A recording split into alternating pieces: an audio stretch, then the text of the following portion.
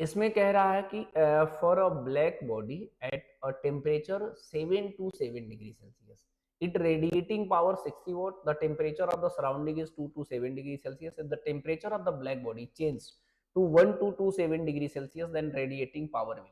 अच्छा, वैल्यू देख रहे हो, जानबूझ के ऐसा दिया जाता है कि आप अगर थोड़ा सा दिमाग लगाते हो तो कैलकुलेशन में प्रॉब्लम ना हो। हमारे पास यहाँ पर एक क्या है, ब्लैक बॉडी, इसका टेम्परेचर कितना है जी, 7।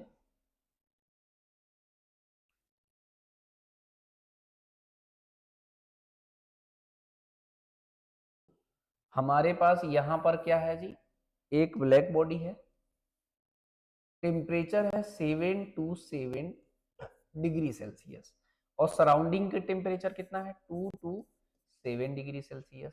मेरी बात से सहमत हो? ये कितना पावर रेडिएट कर रहा है, 60 वॉट। मेरी बात से सहमत हो? कह रहा अगर इसका टेम्परेचर हम लोग चेंज कर दे, कितना कर दे, 1 to 27 डिग्री सेल्सियस कर दे, सराउंडिंग टेम्परेचर वही रहेगा, तो अब ये कितना पावर रेडिएट करेगा, इसको ध्यान से मेरी बात समझिएगा। अच्छा एक बात बताओ, ये यहाँ से हीट की रेडिएशन होगी, अगर यहाँ जितना टेम्परेचर है यहाँ बाहर का उतना टेम्परेचर होगा, तो न तो हीट एब्जॉर्ब होगा न तो हीट रिलीज होगा, मतलब हीट रेडिएट नहीं करेगा। मेरी बात समझे, यहाँ का टेम्परेचर कम है तो ये हीट को क्या करेगा, रेडिएट करेगा, यहाँ का टेम्परेचर कम है तो ये हीट को क्या करेगा, रेडिएट करेगा। तो सिंपल तरीके से हमको लगाना है। सबसे पहला काम कि मैं आपको एक कॉन्सेप्ट बताता हूं, अगर हम लोग यहाँ बताऊं और इधर सॉल्व कर देंगे। आप ये पढ़े हो Q इक्वल टू क्या होता है, सिग्मा ई ए टी की पावर 4 इंटू टी, टाइम है। ब्लैक बॉडी के लिए E की value 1, Q divided by T equal to sigma A T की पावर 4, ये होता है हमारा पावर P। मेरी बात समझे, P equal to sigma A T की पावर 4 होगा। मेरी बात से सहमत हो?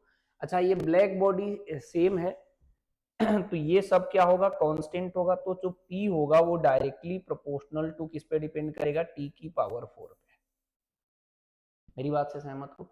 लेकिन ये बात ध्यान रखे रहना है कि इसका जो टेम्परेचर डिफरेंस होगा वही तो डिसाइड करेगा ये हीट लॉस कर रहा है या हीट गेन कर रहा है। तो ये हीट रेडिएट करेगा क्योंकि इसकी टेम्परेचर ज्यादा है इसके टेम्परेचर से, तो हम इसको लिखेंगे, कॉन्सेप्ट तो यही है लेकिन दोनों का डिफरेंस लगाना पड़ेगा आपको।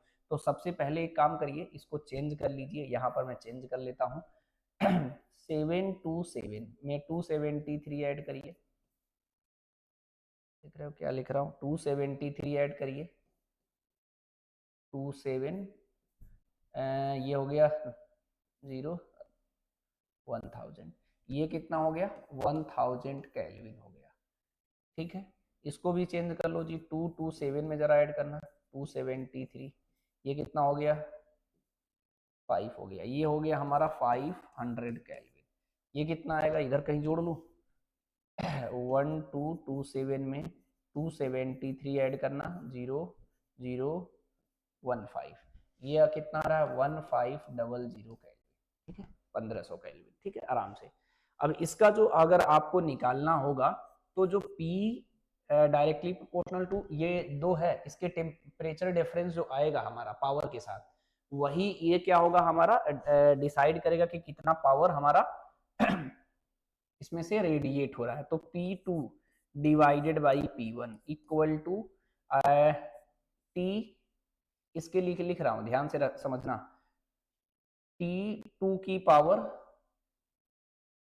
4, इसको एक काम कर लेते हैं ना, इसको ऐसे लिख लेते हैं, सराउंडिंग के टेम्परेचर को T0 ले लो, कंफ्यूजन नहीं होगा, इसको T1 ले लो, इसको T2 ले लो, तो यहां लिखेंगे T2 की पावर 4 माइनस T0 की पावर 4 डिवाइडेड बाई T1 की पावर 4 माइनस T0 की पावर 4। जो ये प्रोपोर्शनलिटी कांस्टेंट है तो ये ऊपर नीचे से कट जाएगा। मेरी बात से सहमत हो?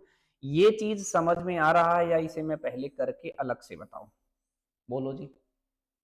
अगर ये चीज नहीं समझ में आ रहा तो मुझे अलग से बताना पड़ेगा, क्योंकि ये जो पावर रेडिएशन होता है वो कितना होता है, T की पावर 4 पे डिपेंड करता है, लेकिन यहाँ पे भी टेम्परेचर है, और यहाँ पे भी टेम्परेचर है, पावर जो होगा टी की पावर 4 पे डिपेंड करेगा, ये भी टी की पावर 4 पे। तो इसमें से इसका जब डिफरेंस निकालेंगे, हीट का डिफरेंस निकालेंगे पावर का, तो वो आएगा हमारा ये कितना हीट हमारा रेडिएट किया।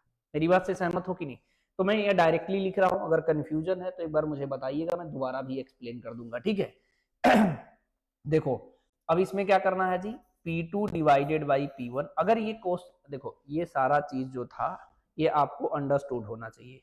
मेरी बात से सहमत हो कि नहीं? ये अगर आप आराम से समझ लेते हो, मेरा ऐसा मानना है, अगर सिर्फ ये बेसिक कॉन्सेप्ट अच्छे से आप समझ लेते हो तो डायरेक्ट आप यहाँ पहुंच सकते हो। जिस दिन यहाँ पे डायरेक्टली पहुंचने लगे उस दिन क्वेश्चन आपसे जल्दी सॉल्व होगा। इसका T2 कितना माने हैं जी, इसका जो है हमारा 15, देखिए 1500 की पावर 4 माइनस 500 सराउंडिंग का टेम्परेचर की पावर 4 डिवाइडेड बाई यहाँ पर कितना है जी 1000 की पावर 4, इसका टेम्परेचर 1000 केल्विन, देखो डिग्री सेल्सियस में नहीं रखना है, माइनस 500 की पावर 4। अब इसको अलग अलग, अब इसके बाद अब आपका काम है, लेकिन फिर भी मैं इसके कैलकुलेशन भी आपको बताऊंगा कि आपको किस तरीके से इस क्वेश्चन को कैलकुलेट करना चाहिए। मेरी बात से सहमत हो कि नहीं? ठीक है, अब इसे हमें कैलकुलेशन का तरीका समझाना है आपको। देखो P2 डिवाइडेड बाई P1, यहाँ पर क्या है 1500 की पावर 4 माइनस 500 की पावर 4, यहाँ पर कितना है 1000 की पावर 4 माइनस 500 की पावर 4। तो इसमें से एक काम करते हैं, इसको लिख सकते हैं हम लोग 500 इंटू 3, लिख सकते हैं कि नहीं? इसको क्या लिख सकते हैं जी 500 इंटू 2 लिख सकते हैं।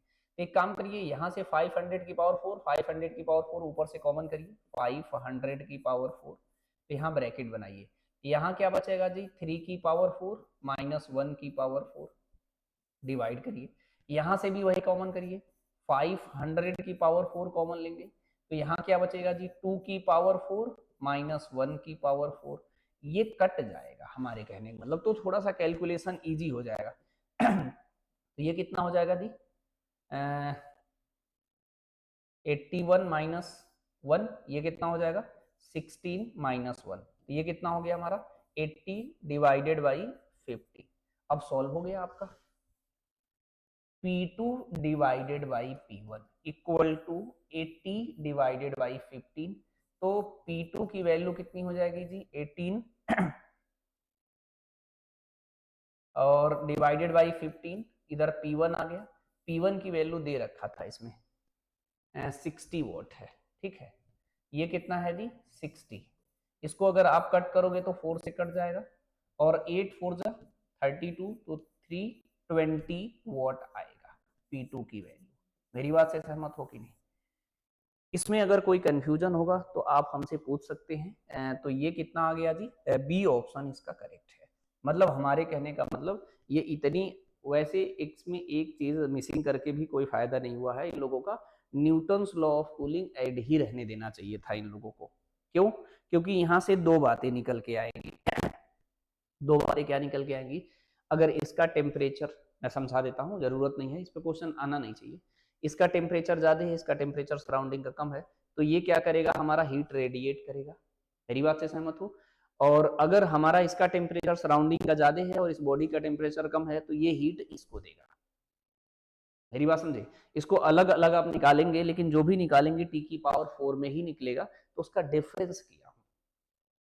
अगर आपको समस्या हो रहा होगा तो मैं अलग से लिख के बता सकता हूं, लेकिन मेरा ऐसा मानना है कि आप डायरेक्ट यहां पर पहुंचने का प्रयास करिए, क्योंकि इसकी वजह से जो हीट होगा हमारा, दोनों का डिफरेंस आप निकालेंगे, तो इसका टेम्परेचर ज्यादा है, इसका टेम्परेचर कम है, तो ये हीट रेडिएट करेगा, तो कितना रेडिएट करेगा प्रोपोर्शनलिटी में लिखेंगे, यहाँ सिग्मा ए आएगा, वो सब तो कट जा रहा है, जो प्रोपोर्शनलिटी कॉन्स्टेंट है वो हटा दे रहा हूँ मैं, टी पे सिर्फ फोकस कर रहा हूँ, क्योंकि दोनों बॉडी को सेम बोला है। तो यहाँ तक अगर पहुंच जाते हो तो थोड़ा जल्दी सॉल्व होगा। इसमें अगर कोई कंफ्यूजन